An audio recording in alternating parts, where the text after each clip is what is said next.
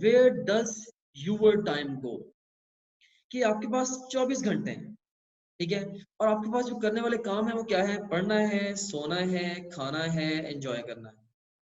आप मुझे बता सकते हैं कि आपके 24 घंटों में से आप क्या समझते हैं कितने घंटे जो है आपके वो पढ़ने के ऊपर लग रहे हैं, कितने सोने के ऊपर लग रहे हैं, और कितने फन एंड एंजॉयमेंट पे लग रहे हैं, और कितने खाने पीने पे लग रहे हैं, और कितने घंटे ऐसे हैं जिनकी कोई कैलकुलेशन नहीं है, कोई हिसाब ही नहीं है, कोई हिसाब ही नहीं है भाई वो घंटे गए किधर।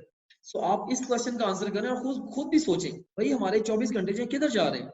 इस क्वेश्चन को ज्यादा प्रिसाइजली आंसर करने के लिए ये मैं आपके सामने एक मैट्रिक्स लेके आ रहा हूँ। तो ये सीन है, ये हमारे पास एक क्वाड्रेंट, ये एक टाइम मैनेजमेंट का मैट्रिक्स है।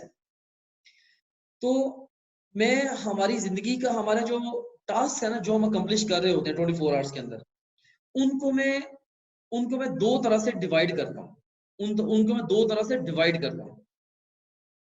एक हमारी जिंदगी में जो टास्क होते हैं वो होते हैं फौरी नोयत के, और एक होते हैं गैर फौरी नोयत के।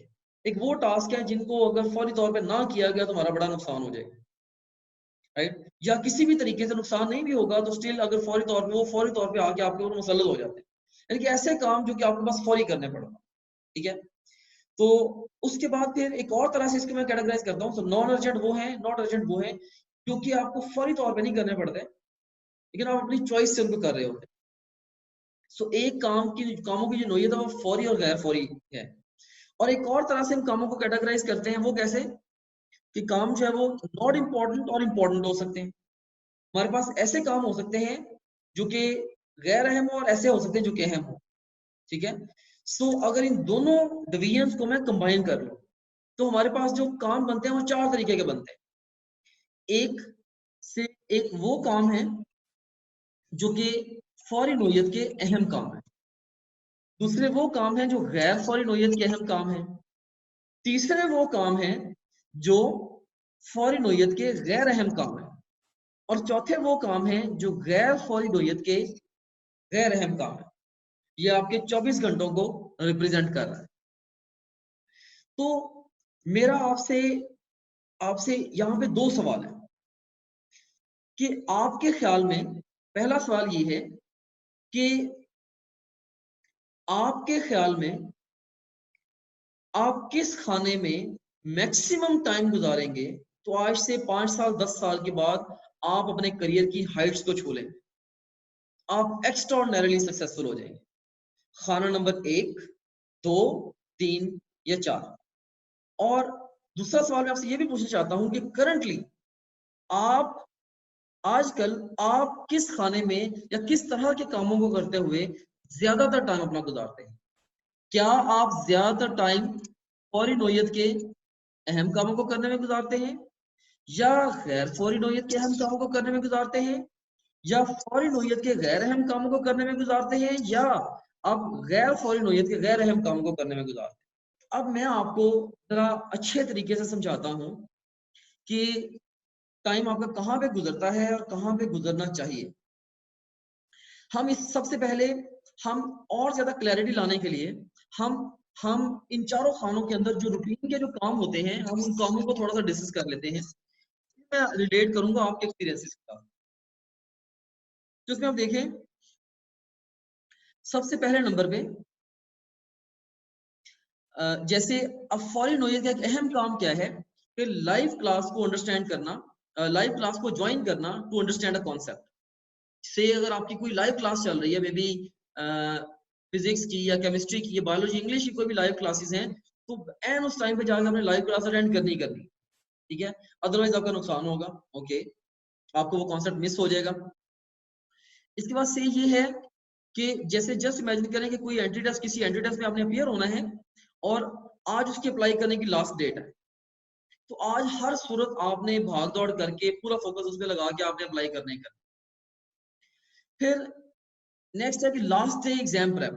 जब आपका एग्जाम का प्रेप का आखिरी दिन है, आप पूरा जोर लगा रहे होते हैं कि अब उस वक्त आप कोशिश कर रहे हैं काश मुझे 2 दिन और मिल जाते, आप ये सोच काश मुझे 2 दिन और मिल जाते, आप लास्ट डे भी बहुत ज्यादा एक्सर्ट कर रहे होते हैं, राइट। तो उसके बाद फिर या जैसे किसी दिन आपका टेस्ट है, एग्जाम का डे है, वो भी ऑफ कोर्स आपके ऊपर फौरी नोयत का अहम काम है। तो कोई भी डेडलाइन आपके ऊपर मुसल्लत हो जाए जो अहम है, से बिजली का बिल आपने जमा कराना है, ठीक है, या कोई भी ऐसा काम जिसकी डेडलाइन आई खड़ी है, आज के दिन में आपने करना है, अगर नहीं किया तो आपका नुकसान हो जाएगा, राइट। तो ये जो सारे के सारे काम हैं, ये फौरी नोयत के अहम काम है, फौरी नोयत के अहम काम है।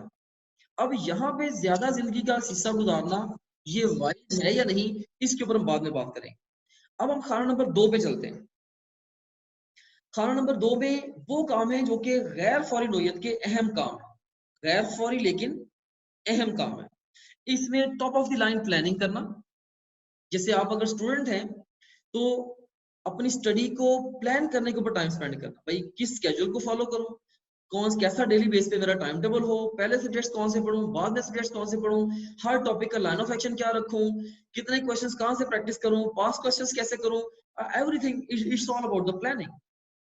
और उसके बाद फिर प्रिवेंशन, कि आपको पता है कि भाई ये डेडलाइन आने वाली है बिजली का बिल जमा कराने की या एंट्री टेस्ट के लिए फॉर्म जमा कराने की, 23 तारीख आखिरी है, तो आप आज 14 डेट पे बैठे हुए हैं, तो आप प्रिवेंट करें कि उस दिन आपके ऊपर इमरजेंसी नाफिज ना हो, ठीक है। उसके लिए प्रिवेंशन के लिए आप जो काम करेंगे ऑफ कोर्स वो आप अभी से मैनेज करके आप अपने टाइम को एलोकेट करेंगे। सो प्रिवेंशन ऑफ इमरजेंसी के लिए आप जो टाइम स्पेंड करेंगे वो भी नॉट अर्जेंट होगा लेकिन इंपॉर्टेंट है। फिर नई चीजों को सीखना, जैसे आज आप बैठे हैं, आप टाइम मैनेजमेंट को सीख रहे हैं, तो देखिए ये भी आप इसी खाने के अंदर इस वक्त बैठे हो, ये चीज कभी भी आपके ऊपर आके पूरी जिंदगी में मुसल्लत नहीं होनी, भाई अभी अभी टाइम मैनेजमेंट सीखो नहीं तो ये नुकसान हो जाएगा, ठीक है। तो लेकिन आप अपने शौक से बैठ के सीख रहे हैं कि हाँ यार ये टाइम हमने कैसे मैनेज कर, ठीक है। उसके बाद फिर नेक्स्ट क्या है, प्लान्ड स्टडी, कि आपने प्लानिंग कर ली क्या, और उस प्लानिंग के तहत आप तसल्ली से स्टडी कर रहे हैं। ये भी आप कह रहे हैं कि ये नहीं है कि भाई आपका टेस्ट आया तो आप स्टडी कर रहे हैं, नहीं, आपने अपना एक प्लान बनाया हुआ है, आप उस प्लान के मुताबिक पढ़ रहे हैं। कोई इमरजेंसी नहीं है आपको पढ़ने की, भाई मेरा 2 घंटे बाद टेस्ट है इसलिए मैंने अभी दौड़ लगानी है, मैंने पढ़ना है, no, planned study. Relationship building, अब ये देखिए यार अभी आगे बढ़ते हुए जिंदगी में मुझे किन किन रिलेशनशिप्स की ज्यादा जरूरत है जो कि मुझे हेल्प आउट करेंगे कि मैं लाइफ में आगे चला जाऊं। फिर ट्रू रिक्रिएशन, बोर्डम नहीं, ये ऐसा नहीं है कि बस बैठ के टेलीविजन को देखते रहे, आधा घंटा टेलीविजन के सामने बैठ के बोर होकर उसको फेंक दिया, तो ये रिक्रिएशन नहीं है। ट्रू रिक्रिएशन ऐसी एक्टिविटीज को करना जिसके बाद आप ट्रूली रिक्रिएट हो जाएं और फिर आप किसी हैवी काम को करने के लिए ज़हनी तौर पे तैयार हो जाएं। और उसके बाद फिर taking exercise and taking good care of your health, of course ये भी कोई ऐसा काम नहीं है जो कि फौरी नोयत का है, ये गैर फौरी नोयत का काम है लेकिन ये अहम है। और उसके बाद फिर एक्सप्लोरिंग अपॉर्चुनिटीज, आपके लिए कौन कौन से नित नए मौके अवेलेबल हैं, इसको भी तलाश करना, नए नए मौके तलाश करना, ऑफ कोर्स ये भी गैर फौरी नोयत का अहम काम है। अब फौरी नोयत के गैर अहम काम कौन से हैं, जैसे देखिए आप बैठे हैं, स्टडी कर रहे हैं, अपनी बुक पढ़ रहे हैं अपने स्केड्यूल के मुताबिक, आपको जनाब कोई फोन कॉल आ जाती है फ्रेंड की और वो आपके साथ डिस्कस करना शुरू करता है, फलां ब्रांड की आजकल ये सेल लगी हुई है तो ऑनलाइन मैंने ये चीजें मंगवाई है तो आप भी ये वाली मंगवा लो, या इसको जरूर ट्राई करो, मुझे ही बताना, एंड सो ऑन। तो देखिए आप बैठे हैं, आपने प्लान किया अपना घंटा, आपने डिसाइड किया इस घंटे मैंने ये चीजें पढ़नी है, और एक फोन कॉल आई, उसने आधे पौने घंटे में आपका पूरे का पूरा प्लान जेपरडाइज करके रख, वेरी बैड। आपने मोबाइल फोन को साइड पे रखा हुआ है, ऑल द टाइम आपको हर 5 मिनट 10 मिनट बाद कोई मैसेज आया, नहीं भी आ रहा, आप 5-10 मिनट फिर देखेंगे हाँ एक मैसेज आया तो नहीं, अगेन बिग डिस्ट्रैक्टेड, राइट। सो फेसबुक पे मैसेजेस आए आपको, व्हाट्सएप पे आए आपको, एसएमएस आए, व्हाट्सएवर, राइट। सो ये सारे के सारे फौरी नोयत के गैर अहम काम है जो कि आपके ऊपर मुसल्लत हो जाते हैं, आपको फायदा ये दें या ना दें लेकिन आपका टाइम इन्होंने ले जाना है। फिर ये देखें कि अनप्लान्ड मीटिंग्स, भाई आप बैठे हुए हो और आप अपनी स्टडी कर रहे हो और डोर नॉक होता है और आपका फ्रेंड आ जाता है, बड़े बड़ा बड़ा कोई सिंसियर फ्रेंड है, बड़ा आपका जिगरी यार है, लेकिन वो आ जाता है, तो अब आप उस फ्रेंड की खातिर क्या करोगे, अब आप अपनी स्टडी को छोड़ दोगे और आप उसके साथ टाइम स्पेंड करना शुरू कर, तो अनप्लान्ड मीटिंग है। और उसके बाद फिर गप्पे लगाना, बैठ के कई कई घंटे गप्पे लगाना, और उसके बाद फिर रात को बिला वजह जागते रहना, और उसके बाद फिर सेरेमनीज को अटेंड करना, हाँ जी अब फलां की बर्थडे आ गई है, फलां का शादी का फंक्शन आ गया है, राइट, या फलां सेरेमनी है, सो बिला वजह सेरेमनीज को अटेंड करते रहना, खास तौर पर बच्चे इवन अगले दिन एंट्री टेस्ट होता है तो प्रीवियस डे में भी जाकर सेरेमनी तो अटेंड कर लेगा, राइट। सो होता है कि उनको अटेंड करना वो फौरी नोयत का, लेकिन वो इतना ज्यादा आपके करियर के लिए अहम नहीं होता।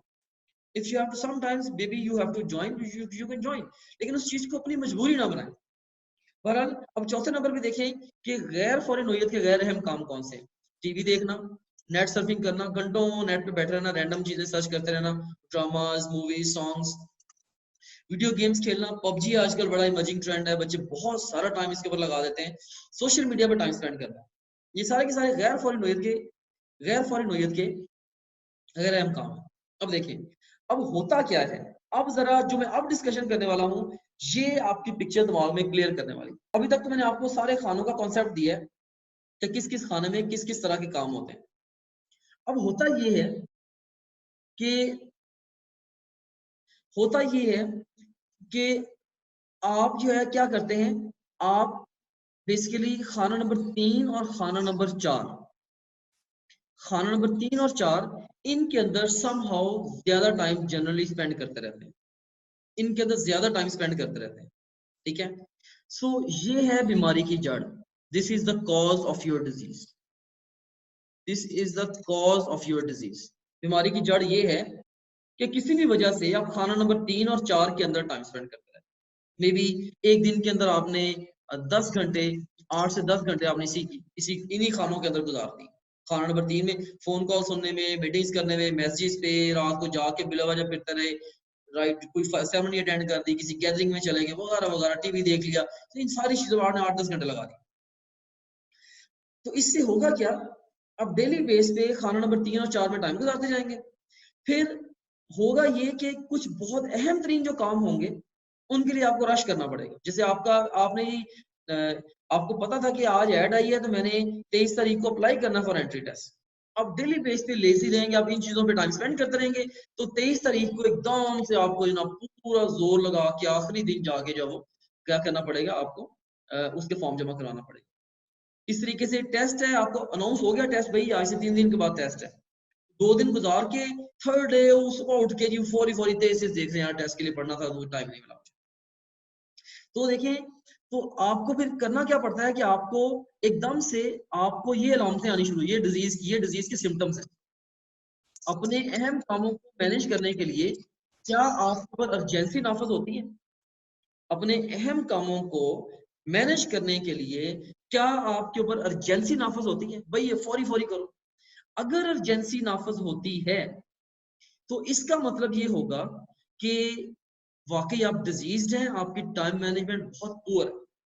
सो खाना नंबर 3 और 3 और 4 में रूटीन का टाइम गुजारना ये कॉज है। उस वजह से आप हर रोज कुछ ना कुछ टाइम के लिए धकेले जाते हैं इनटू खाना नंबर 1, ठीक है। सो ये सिम्टम्स हैं कि आपको अहम कामों के लिए दौड़ लगानी पड़ती है। और ट्रीटमेंट क्या है? खाना नंबर 2 जो है, this is the treatment, this is the treatment, ठीक है। कि वो लोग जो खाना नंबर 2 में अपनी जिंदगियां गुजारते हैं वो बहुत आगे निकल जाते हैं, ठीक है। बेसिकली इस पूरे टाइम मैनेजमेंट मैट्रिक्स का ऑब्जेक्टिव ये है, मैं भी आपको ज्यादा सिंप्लीफाइड अप्रोचेस भी दूंगा इन खानों के अंदर रहने की, ये सिर्फ मैंने आपको एक थ्योरी समझाई है, क्योंकि अगर आपने कुछ बहुत अच्छा काम करना है ना तो आपने एक प्रॉपर फ्रेमवर्क फॉलो करना होता है। तो ये मैंने आपको टाइम मैनेजमेंट का एक फ्रेमवर्क दे दिया है कि भाई इस फ्रेमवर्क के अंदर रह के अपने टाइम को मैनेज करो।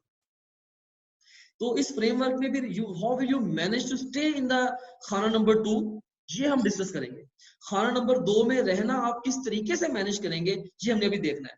लेकिन ये बात तो तय है कि खाना नंबर 2 के अंदर रहना ये जिंदगी में आपको बहुत आगे ले जाएगा, ये जिंदगी में आपको बहुत आगे ले जाएगा। You have to manage to stay in the box number 2। देखिए, इसमें होता ये है कि आप अपनी जिंदगी को वेल प्लान बना देते हैं, आप अहेड इन टाइम चीजों को देखते हैं और आप इस तरीके से चीजों को लेके चलते हैं कि आपके ऊपर इमरजेंसी नाफज ना हो। आप अभी से अपनी पढ़ाई को ऐसे प्लान करके लेके चलेंगे कि आखिरी हफ्ता आप ना भी पढ़ें तो कोई मसला नहीं। आप अभी से अगर कोई एंट्रेंस के लिए अप्लाई करना, डॉक्यूमेंट्स चाहिए, तो आप पहले ही डॉक्यूमेंट्स के लिए टाइम रेडी कर लोगे, भाई ये टाइम मैंने एलोकेट कर दिया जिसके अंदर मैंने एंट्रेंस के सारे डॉक्यूमेंट्स रेडी कर लेने हैं। जो जिस दिन आएगा, जो जब जैसी इसकी ऐड आएगी, मैंने पहले 1-2 दिनों के अंदर इसको डॉक्यूमेंट्स जब मैंने सबमिट करवा देने हैं ताकि आखिरी दिन मुझे दौड़ना लगानी।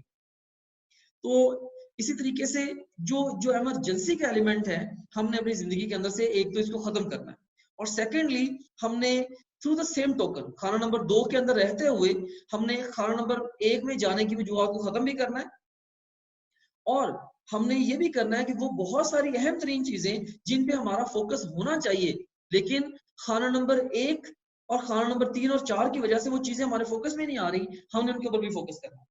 जैसे वंस अगेन, जैसे प्लान करना, नई चीजें सीखना, जैसे सही मायनों में अपने आप को रिफ्रेश और रिक्रिएट करना, और एक्सरसाइज करना, अपनी हेल्थ को मेंटेन करना, नई से नई अपॉर्चुनिटीज अपने लिए तलाश करना। तो ये सारी चीजें ऐसी हैं जो कभी भी आपके ऊपर मुसल्लत नहीं होती, लेकिन यही वो चीजें हैं जो आपकी जिंदगी में बहुत आगे जाने के लिए एक्स्ट्राऑर्डिनरी इंपॉर्टेंस की हामिल है। I hope that you have grabbed the concept here. ठीक है, मैं यही उम्मीद करता हूं कि आपने कॉन्सेप्ट को समझ लिया है।